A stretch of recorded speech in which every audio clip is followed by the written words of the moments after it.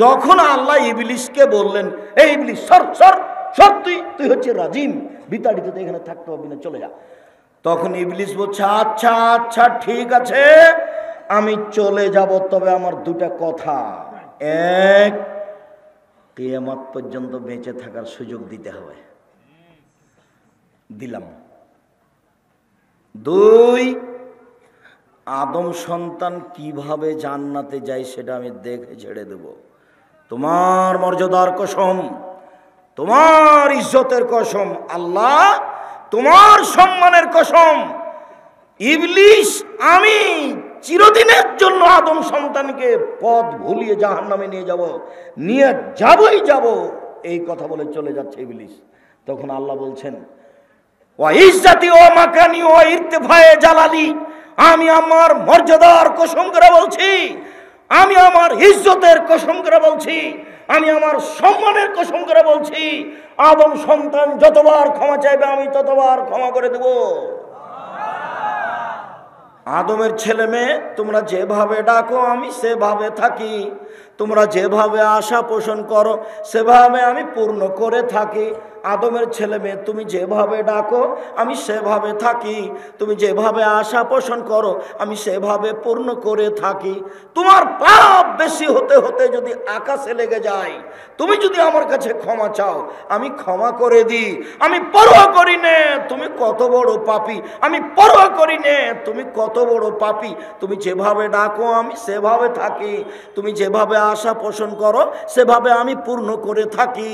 তুমি ক্ষমা চাইলে আমি ক্ষমা করে দিই। আমি পরোয়া করি না তুমি কত বড় পাপী, আমি পরোয়া করি না তুমি কত বড় পাপী। তুমি যেভাবে ডাকো আমি সেভাবে থাকি, তুমি যেভাবে আশা পোষণ করো আমি সেভাবে পূর্ণ করে থাকি। ইবলিস সরে যা। স্পষ্ট বিষয়টা বুঝতে পারলেন? ইহুদি খ্রিস্টান ফাঁকি দিয়েছে আপনাকে। এখনো আরেকটু কথা আছে, শেষ হয়নি। আল্লাহ নবী এবার আফসোস করে একটা কথা বলছেন, এবার শুনেন। এই ছেলে, তোমার তো লজ্জাবোধই নাই, তুমি আফসোস কি দেখাবা?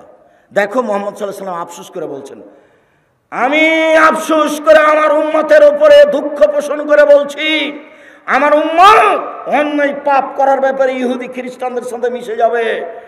ডান হাতের বিঘত যেমন বাম হাতের সমান, ডান হাতের বিঘত যেমন বাম হাতের সমান, এটা যেমন সমান সমান, আমার উম্মত অন্যায় পাপ করার ব্যাপারে ইহুদি খ্রিস্টানদের সাথে মিশে যাবে সমান সমান। আবার বলছেন, পৃথিবীর মানুষ শুনে রাখো, ডান পায়ের জুতা যেমন বাম পায়ের সমান, ডান পায়ের জুতা যেমন বাম পায়ের সমান, সমান সমান যেমন আমার উম্মত ইহুদি খ্রিস্টানদের সাথে অন্যায় করার ব্যাপারে মিশে যাবে তেমন। আবার বলছেন, আমি দুঃখ করে বলছি, ইহুদি খ্রিস্টান যদি মার সাথে জেনা করে থাকে, আমার উম্মত মার সাথে জেনা করবে।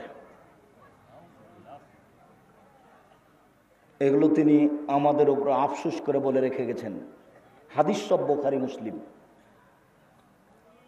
আর আমরা তার পতাকা নিয়ে ঘুরছি। এখন তুমি বুঝো যুবক, তোমার যদি একটু হিতাহিত জ্ঞান থাকে, তোমার যদি সামান্য তোমার হিতাহিত জ্ঞান থাকে, তাহলে তুমি ব্রাজিলের পতাকা মোটরসাইকেলে কেন এখনই ফেলে দিয়ে পেশাব করে যাবা, পেশাব করে দিও, আমি তোমার সামনে থুথু দিয়ে দিলাম।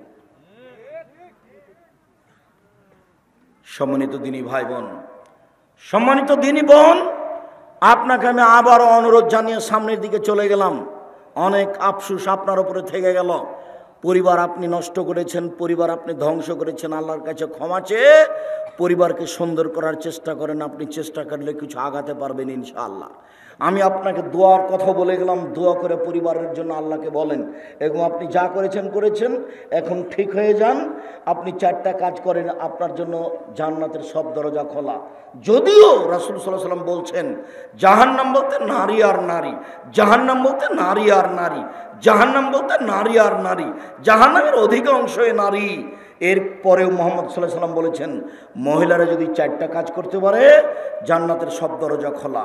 যদি 4টা কাজ করতে পারে জান্নাতের সব দরজা খোলা। 1, 5 ওয়াক্ত সালাত, 2, রমজান মাসে সিয়াম রোজা, 3, স্বামীকে মেনে চলা, 4, জেনায় লিপ্ত না হওয়া। আব্দুর রাজাক সাহেব একটু শোনেন, আমরা আটমল এলাকার মহিলা, আমরা গ্রামের নারী মহিলা, আমরা প্রথম তিনটা কাজ করতে পারি। এক, 5 ওয়াক্ত সালাত আদায় করি। 2, রমজান মাসে সিয়াম থাকি। 3, আমরা জেনায় লিপ্ত হই না, জেনা করি না। 4, তবে স্বামীকে মেনে নিতে পারি না। কেন? স্বামীর মুখ খারাপ, ও খালি গালি দেয়,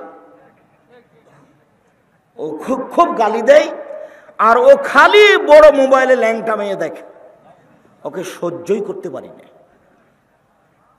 ওর চাল চলন, ওর চরিত্র আমার কাছে এত খারাপ যে রান্না বান্না হলে আমি মেয়েকে বলি যে তোর বাপকে খাবার দিয়ে, আমি যেতে পারি না। বৌমাকে বলি তোমার শ্বশুরকে খাবার দিয়ে আসো। ঠেলাই পড়ে যদি আমি একবার যাই পানি নিয়ে, তো গিলাসটা এভাবে ঠেকুস করে রেখে ভাবে চলে যাই।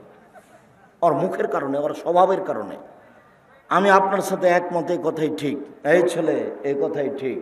এখানে এমনও যুবক আছে, শত যুবক আছে যার হাজারো মেয়ের সাথে জেনার সম্পর্ক আছে, যার মোবাইলে দিন রাত ল্যাংটা মেয়ে আছে, দিন রাত। শোনো, তোমাকে আমি একটু আশ্বস্ত করি, তুমি যদি আজ মোবাইলের নোংরা মেয়ে ছেড়ে দিতে পারো, তাহলে বিচারের মাঠে, তুমি বিচারের মাঠে 7 শ্রেণীর মানুষ ছায়াতলে থাকবে, তার মধ্যে তুমিও থাকবা ইনশাআল্লাহ।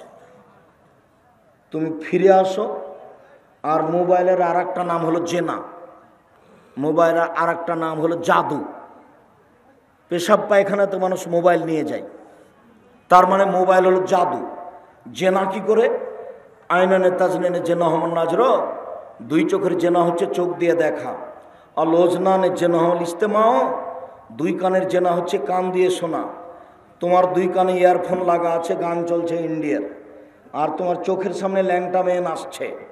অলিয়াত জেনাহাল বাদশ, হাতের জেনা হচ্ছে হা দিয়ে ধরা। আর রিজল জেনাহাল মাসি, পায়ের জেনা হচ্ছে পা দিয়ে চলা। জেনাল কালতাতামনা তাস্তাহি, অন্তরের জেনা হচ্ছে পরিকল্পনা করা। জেলাল নেলাস নুতক, আর জিবার জেনা হচ্ছে কথা বলা। এগুলো সব জেনা। শোনেন, একটা কথা চট করে মনে পড়লো, একটা হাদিস মুসলিম, দেখি আপনাকে আমি বুঝাতে পারি কিনা। গত জুমায় আমি বলছিলাম, আমি চেষ্টা করছি আপনি এক খেয়ালে চেয়ে থাকেন তো আপনাকে আমি বুঝাতে পারি কিনা। এইরকমই একদিন বৈঠকে আল্লাহ নবী বলছেন, ইস্তাহিউ মিনাল্লাহি হাক্কাল হায়া, পৃথিবীর মানুষ তোমরা একটু আল্লাহকে সত্য সত্যই লজ্জা করো। পৃথিবীর মানুষ তোমরা একটু আল্লাহকে সত্য সত্যই লজ্জা করো, তোমরা একটু আল্লাহকে লজ্জা করো। তো সাহাবীগণ বলছেন, ইন্না নাস্তাহি মিনাল্লাহি, আমরা সত্যই আল্লাহকে লজ্জা করি। আল্লাহর নবী, আমরা আল্লাহকে লজ্জা করি। তখন আল্লাহ রাসূল বলছেন, লাইসা কাযালিকা, না না না না না, তুমি যেটা বুঝেছো সেটা নয়, তুমি যেটা বুঝেছো সেটা নয়। মান ইস্তাহি মিনাল্লাহি হাক্কাল হায়া, যে ব্যক্তি আল্লাহকে সত্য সত্য লজ্জা করে, তার 4টা কাজ জরুরি। 1, ওয়াল ইয়াহফাজ রাসাহা ওয়া মাওয়া, সে যেন মাথাকে হেফাজতে রাখে, এবং মাথার সাথে যত কিছু আছে এর সাথে কয়েকটা কথা আছে। 2, ওয়াল ইয়াহফাজ বাতনাহু, সে যেন তার পেটকে হেফাজতে রাখে। 3, ওয়াল ইয়াজকুর বিলাল মাউতা, সে যেন মরণকে স্মরণ করতে পারে। 4, সে যেন পরকালকে স্মরণ করে দুনিয়া ত্যাগ করতে পারে। এই 4টা যেই করে, সেই হলো সত্যই সত্যই আল্লাহকে লজ্জা করে। 1, মাথাকে হেফাজতে রাখা। মাথা মানে গলা থেকে ওপর দিককে হেফাজতে রাখা। 1 নম্বরে হলো চক্ষু। চক্ষুকে হেফাজতে রাখে যে, সেই মাথাকে হেফাজতে রাখে। বলো এখন তোমার মোবাইলের কি খবর?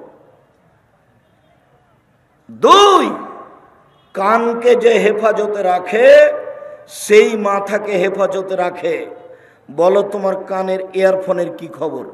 3, মুখ জিহ্বাকে যে হেফাজতে রাখে, সেই মাথাকে হেফাজতে রাখে জিহ্বা।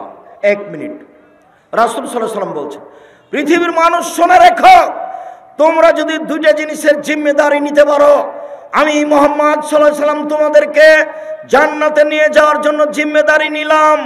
এক, মুখকে যে হেফাজতে রাখবে আর যে লজ্জা স্থানকে হেফাজতে রাখবে, জেনায় লিপ্ত হবে না, আমি মুহাম্মদ সাল্লাল্লাহু আলাইহি সাল্লাম তাকে জান্নাতে নিয়ে যাব, আমি জিম্মেদারি নিলাম। এই ছেলে বসো। ওই ছেলে উঠলো কেন? ব্যস্ত হয়েন না।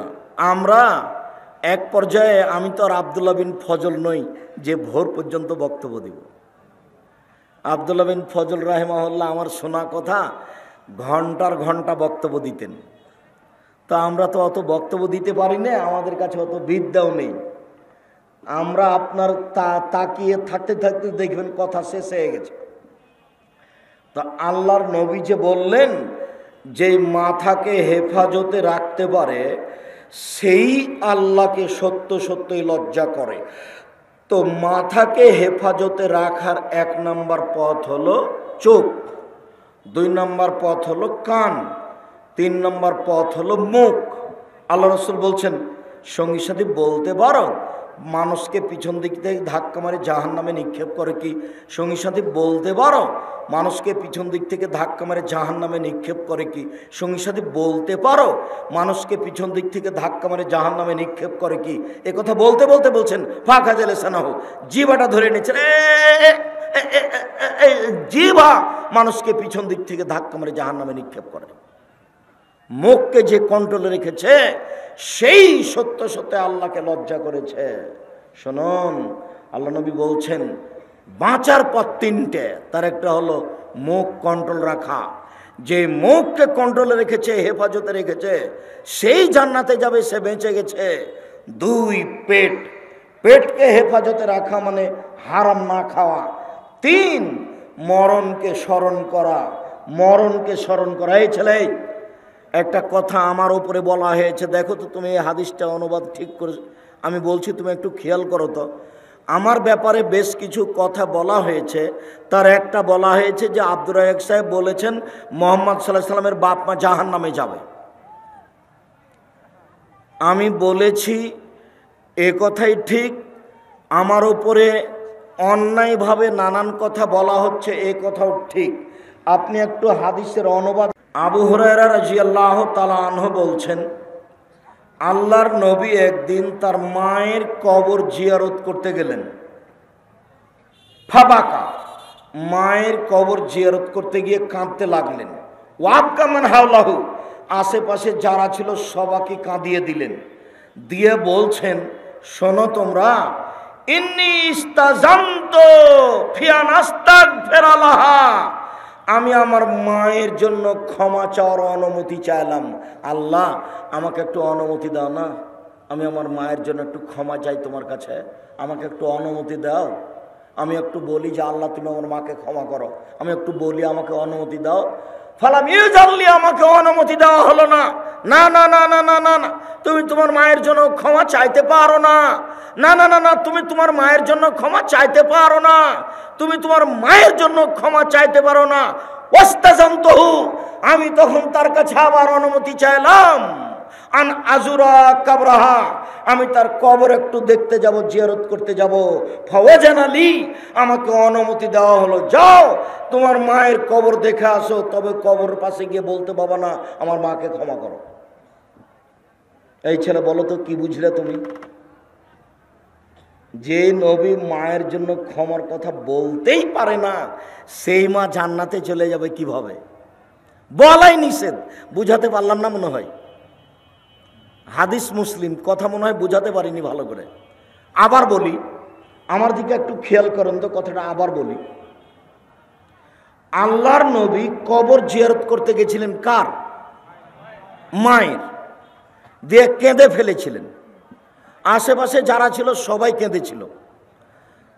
এরপরে তিনি বললেন, শোনো দুনিয়ার মানুষ, আমি আল্লাহর কাছে অনুমতি চাইলাম যে আল্লাহ আমি একটু তোমাকে বলতে পারি কি যে আমার মাকে ক্ষমা করো।